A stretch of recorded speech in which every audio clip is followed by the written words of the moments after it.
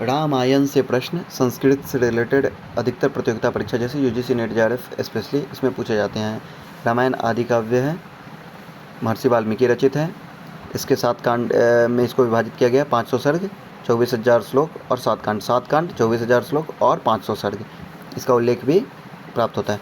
7 कांड जो हैं सो बालकांड, अयोध्याकांड, अरण्यकांड, किष्किंधाकांड, सुंदरकांड, युद्धकांड, उत्तरकांड। प्रश्न पूछा जाता है टीका कौन कौन सा है, किसका है। दूसरी बात की रामायण का क्रोनोलॉजी क्या है, आख्यान किसमें कौन कौन से आख्यान प्राप्त होते हैं, और इस पे उपजीवी काव्य, ये जो है उपजीवी काव्य है, तो इससे रिलेटेड ग्रंथ हैं वो कौन कौन से हैं जिसमें इस कहानी को आधार बनाया गया है। बम्बई की गीता प्रेस गोरखपुर की बात करें तो तिलक भूषण और शिरोमणि टीका के साथ प्रकाशित है। बंगाल संस्करण की बात की जाए तो जी गैरिसन इटली का प्रकाशित कराए थे। पश्चिमोत्तर या कश्मीर संस्करण की बात करें तो आप कटक टीका है। दक्षिणात्य की बात करें तो बम्बई संस्करण जैसा ही है ये। फिर हम बात करते हैं इस पे इंपॉर्टेंट बुक कौन कौन सा है। रावण वध है भट्टी का, रामचरित अभिनंद का, रामायण मंजरी क्षेमेंद्र का है, राघव पांडवी एम माधव भट्ट का है, रामायण सार रघुनाथ का है, जानकी हरण कुमार दास का है, प्रतिमा नाटक और अभिषेक नाटक जो है ये नाटक ग्रंथ में भास का है, जो रामायण रिलेटेड 2 ग्रंथ हैं। महावीर चरित और रामचरित जो है 2 ग्रंथ नाटक जो है भूभूति का है। महावीर चरित के महावीर राम है। कुंदमाला धीरनाग का है, बाल रामायण राजशेखर का है, आश्चर्य चूड़ामणि जो है सुशक्ति भद्र का है, अनर्घ राघव मुरारी का है, महान नाटक या हनुमान नाटक दामोदर मिश्र का है, प्रसन्न राघव जयदेव का है, जानकी वर्ण रामभद्र का है, और अद्भुत दर्पण महादेव का है। रामायण चंपू जो है जो भोज का है, रामचंद्र चंपू जो है विश्वनाथ का है, चंपू राघव अनंताचार्य का है, अमोघ राघव जो है दिवाकर का है। तिब्बती खेतानी भाषा आदि में भी रामायण प्राप्त होते हैं। रामायण कोकोबिन, शेरी राम कीर्ति और राम केयिन, ये सब ग्रंथ जो है सो विदेशी भाषाओं में हैं जो कि वहाँ प्रचलित हैं। श्री राम जैसे कंपूचिया में, ठीक है, और भी अधिकतर देश में जो प्रचलित है उस हिसाब से है। अब हम बात करें कि इस पे रामायण में जो है सो रस कौन सा है, ये प्रश्न बहुत इंपॉर्टेंट हो जाता है कि रामायण में रस कौन सा है। तो रामायण में करुण रस है और महाभारत में शांत रस है। इसमें भी रामायण में भी बहुत सारे रामायण प्राप्त होते हैं, जैसे योग वशिष्ठ रामायण या वशिष्ठ रामायण प्राप्त होता है। रामायण से थोड़ा ज़्यादा श्लोक है, 4000 अधिक श्लोक हैं, ठीक है। महारामायण ये अद्वैत वेदांत का एक तरह से ग्रंथ है। अध्यात्म रामायण की बात करें तो राम यहाँ पे ब्रह्म हो जाते हैं, 4000 श्लोक में है। तुलसीदास के रामचरित और ये सब जो है सो अध्यात्म रामायण से प्रेरित दिखता है। कोई रामानंद संप्रदाय था उसके के द्वारा रचित है अध्यात्म रामायण। अद्भुत रामायण की बात करें तो इसमें 27 सर्ग हैं। यहाँ पे सीता रावण की बेटी हो जाती है। इसके लेखक जो है सो कहा जाता है वाल्मीकि हैं। उसके बाद बात करें अद्भुत के बाद में आनंद रामायण, 12,000 श्लोक है इसमें 9 कांड हैं। इसमें जो है सो ये जो बताया गया ये सब चीज़ें हैं, उतना इम्पोर्टेंट नहीं है। इसके अलावा जो है सो बात की जाए कि टीकाएँ कौन कौन सी है। रामानुजीय हैं, वेंकट का सर्वार्थ सार है, वैद्यनाथ दीक्षित का रामायण दीपिका है, ईश्वर दीक्षित का विवरण है, गोविंदराज का रामायण भूषण है, अहोबल का वाल्मीकि हृदय है, महेश्वर तीर्थ का रामायण तत्व दीपिका है, माधव यागी का जो है अमृत, और राम वर्मा का भी अपना टीका है। लेकिन ये जो इम्पोर्टेंट है ऊपर में ये इम्पोर्टेंट है वैद्यनाथ दीक्षित, वेंकट और ईश्वर दीक्षित और गोविंदराज और अहोबल और महेश्वर तीर्थ भी इम्पोर्टेंट हो जाती है। ये इतना इम्पोर्टेंट है।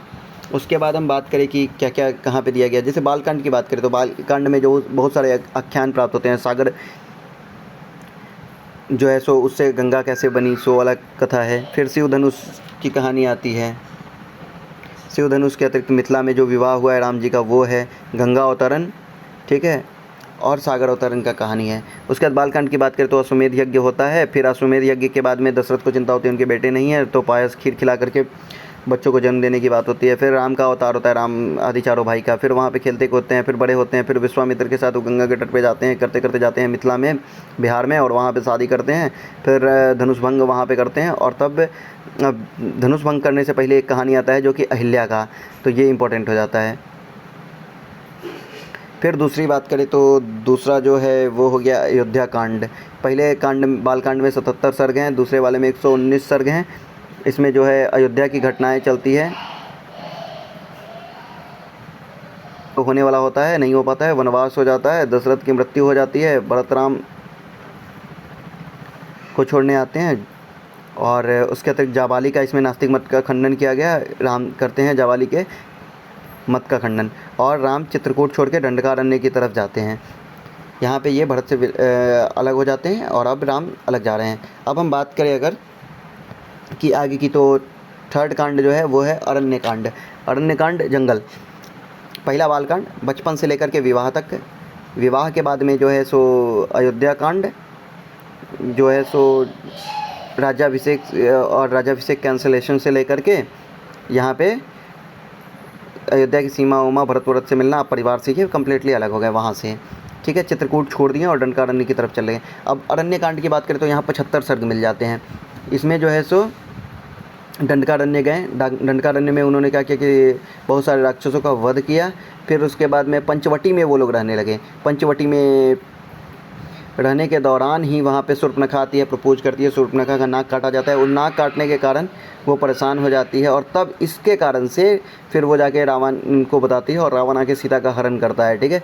सीता का हरण होने के बाद में राम जो है सो यहाँ पे सुग्रीव के बारे में उनको पता चलता है और इस तरफ आगे बढ़ना चाहते हैं। अब बात करते हैं यहाँ पे अरण्यकांड में क्या क्या मिलता है। अगस्त की महिमा, हेमंत ऋतु वर्णन, राम का विलाप, राम का क्रोध, क्योंकि राम विलाप करते हैं, सीता किडनैप हो गई हैं, राम का क्रोध आता है कि अब बाइक ख़त्म कर देंगे। पंपा सरोवर का दर्शन, ये इंपॉर्टेंट है, पंपा सरोवर का दर्शन।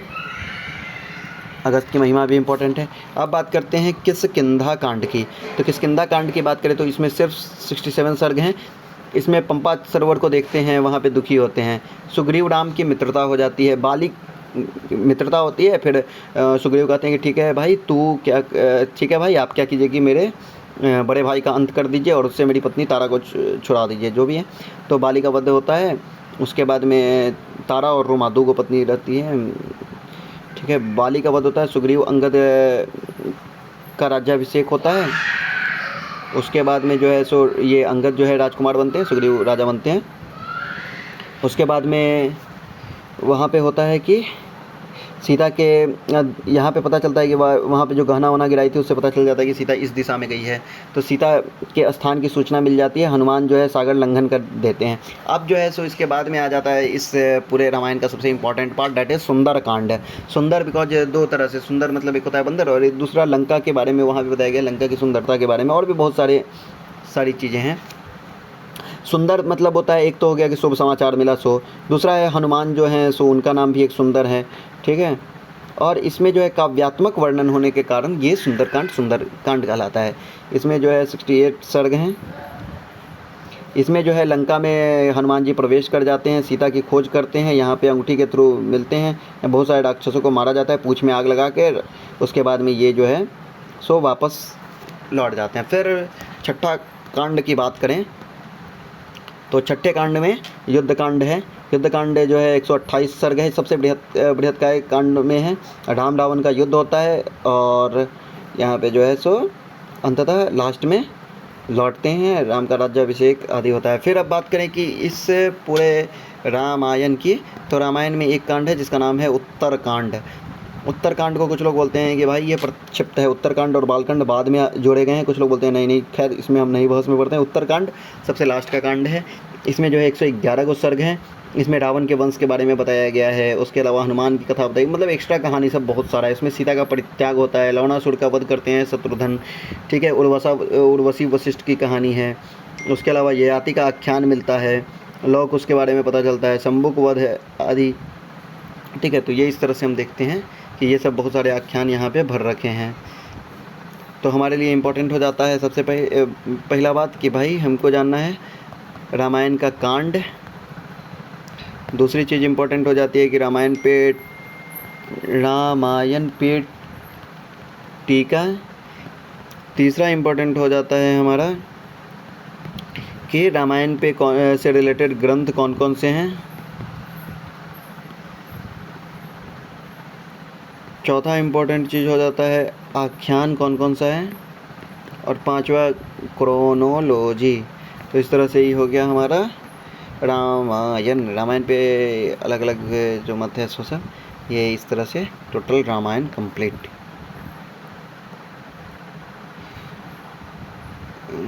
Thank you.